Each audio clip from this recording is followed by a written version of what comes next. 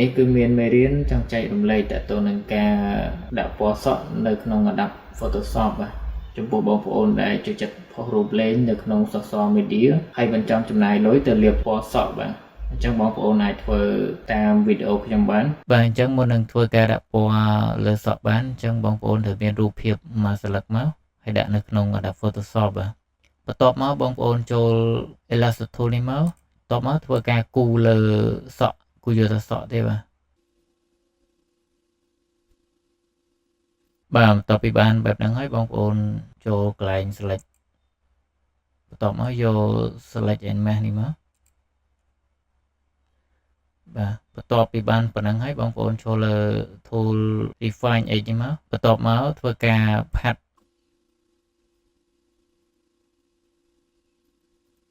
បាទបន្ទាប់ពីបានបែបហ្នឹងហើយបងប្អូនចូលកន្លែង output setting នេះមកបាទបន្ទាប់មកគ្រីសវាមួយមកបាទឃើញវាពណ៌រាងដិតជាងមុនបន្តិចបាទបន្ទាប់មកបងប្អូនយក new layer ហើយចុច OK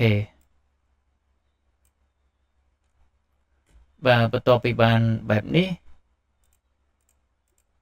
គឺអត់ទាន់ស្អាតទេដោយសារដោយភ្នែកបាទអញ្ចឹង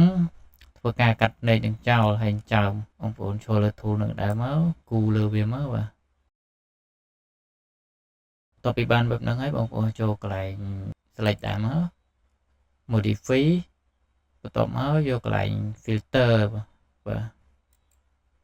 យក5មកបន្ទាប់មកបងប្អូនចុច delete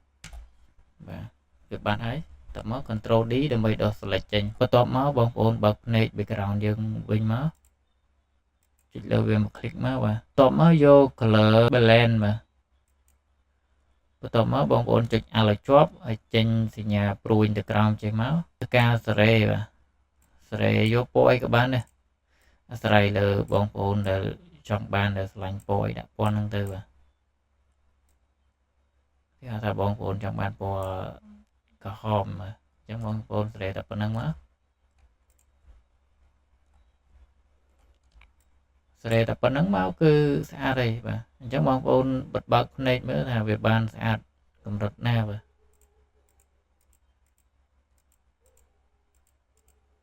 ឃើញវាបានស្អាតហើយអាចទទួលយកបានប៉ុណ្ណឹងបាទវីដេអូយើងគឺមានតែប៉ុណ្ណេះបើបងប្អូនមានចម្ងល់អ្វីសូមជួយ comment នៅក្រោមវីដេអូហើយជួយ subscribe ជួយ like វីដេអូខ្ញុំផងអរគុណជួបគ្នានៅវីដេអូក្រោយបាយបាយ